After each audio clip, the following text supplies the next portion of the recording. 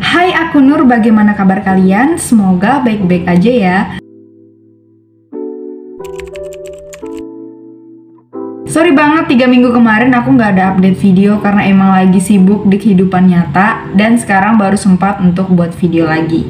So, kalian pernah nggak sih ngerasa baru 2 minggu gajian, uangnya itu udah habis nggak tahu kemana, kayak di ghosting duit aja gitu, tahu-tahu hilang. Padahal kalau dipikir nggak pernah tuh yang namanya nge-hedon. Dan kalian tahu juga nggak kalau misalkan minum kopi bisa buat keuangan kamu bocor? Hah? Gimana?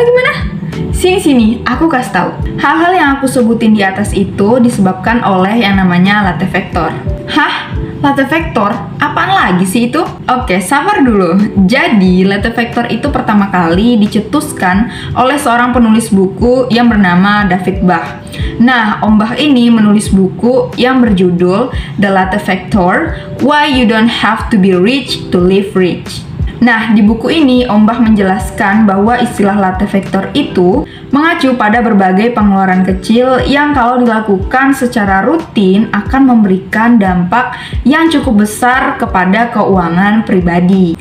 Padahal nih ya, pengeluaran itu tuh nggak terlalu penting dan bisa ditiadakan. Contoh dari latte vector nih apa aja sih? Oke, seperti namanya yaitu latte yang diambil dari salah satu varian minuman kopi. Nah, minum kopi bisa jadi salah satu masalah baru untuk kesehatan finansial kamu. Kebiasaan minum kopi di kafe-kafe yang sebenarnya harganya itu murah, tapi kalau dilakukan setiap hari akan membuat pengeluaran kamu membengkak tanpa disadari. Let's say harga kopinya 15.000, angka yang cukup kecil kan? Tapi bayangin deh kalau misalkan kamu membeli kopi setiap hari selama 30 hari. Dalam 1 bulan aja kamu udah ngehabisin sekitar 450.000 hanya untuk secangkir atau 1 cup kopi. 450.000 mah bukan pengeluaran yang gede. Eits, latte vector itu nggak hanya sebatas minum kopi doang loh, masih banyak hal-hal kecil lainnya yang termasuk ke dalam latte vector. Buat kamu yang sering transfer uang, pasti bakalan kena biaya admin kan? Nah, biaya admin yang 6.500 doang ini kalau sering dilakukan bakalan numpuk juga. Bayangin deh dalam 1 bulan aja kamu transfer uang, atau kalau sekarang itu zamannya top up e-wallet, dalam sebulan kamu 5 kali transaksi, kamu bisa mengeluarkan sebesar 55.000. Masih nggak kerasa kan? Nih, belum lagi buat kamu yang suka beli air mineral kemasan. 1 botolnya emang cuma 3.000, tapi bayangin kalau kamu beli air minum itu setiap hari, dalam sebulan kamu bisa ngabisin sekitar 90.000. Padahal ada alternatif lain yang bisa kamu lakukan, misalkan membeli botol air minum sendiri yang harganya kalau bisa dibilang itu nggak nyampe 50.000. Dengan menggunakan alternatif ini, kamu nggak perlu lagi membeli air minum kemasan setiap harinya, bahkan kamu bisa menghemat hingga berkali-kali lipat. Selain itu, kamu juga bisa berkontribusi untuk mengurangi sampah plastik di bumi ini. Oke, sekarang bayangin deh kalau kamu ngelakuin semua hal yang aku sebutin tadi, mulai dari minum kopi, transfer uang, beli air minum setiap hari selama 1 bulan. Tanpa disadari, kamu udah ngeluarin uang sebanyak 600.000 atau lebih dari setengah juta hanya untuk membeli hal-hal kecil tersebut. Dan parahnya lagi, latte vector ini nggak hanya sebatas minum kopi, transfer uang, dan juga beli air mineral kemasan. Masih banyak lagi hal lainnya yang tergolong ke dalam latte vector.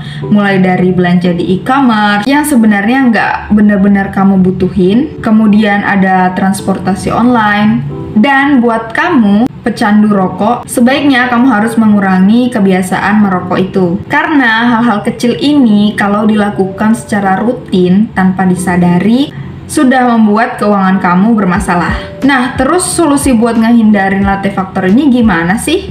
Sebenarnya solusinya itu mudah aja, tapi kamu harus punya ketekunan supaya solusi ini bisa ngaruh ke diri kamu. Solusi yang pertama, kamu bisa mencatat setiap sen rupiah yang kamu keluarkan. Sekecil apapun pengeluaran itu, jangan lupa dicatat. Karena apa? Karena dengan ini kamu itu bisa tahu Sebenarnya kamu tuh overspend-nya di mana sih? Dengan nyatat pengeluaran ini juga, kamu jadi bisa tahu sebenarnya pola pengeluaran kamu itu gimana sih? Sehingga di bulan-bulan berikutnya, kamu bisa mencoba untuk menghilangkan hal-hal yang sebenarnya nggak penting dari list pengeluaran bulanan kamu. Solusi yang kedua, kamu bisa coba untuk ngelakuin budgeting. Aku udah sering bahas mengenai budgeting ini. Well, banyak banget manfaat dari budgeting yang bisa kamu ambil. Dengan budgeting ini, kamu bisa mengatur keuangan kamu supaya pengeluarannya nggak membengkak. Buat kamu yang penasaran gimana caraku membudget keuangan pribadiku, kamu bisa nonton atau klik video di sebelah kanan atas ini setelah video ini selesai.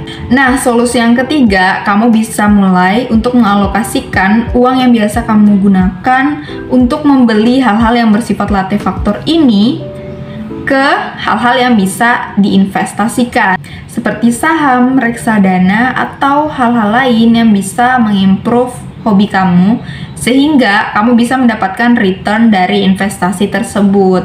Well, awal-awal ngebiasain resolusi ini tuh emang lumayan sulit, tapi percaya deh kalau misalkan kamu udah terbiasa melakukan hal ini, itu akan mempermudah hidup kamu. Oke, mungkin segitu dulu pembahasan tentang latte factor. Semoga bisa menambah pengetahuan kamu.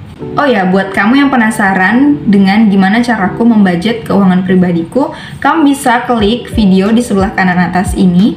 Setelah ini akan ada beberapa video juga yang mungkin kamu suka. Jangan lupa ditonton dan semoga bermanfaat. Thank you and bye-bye!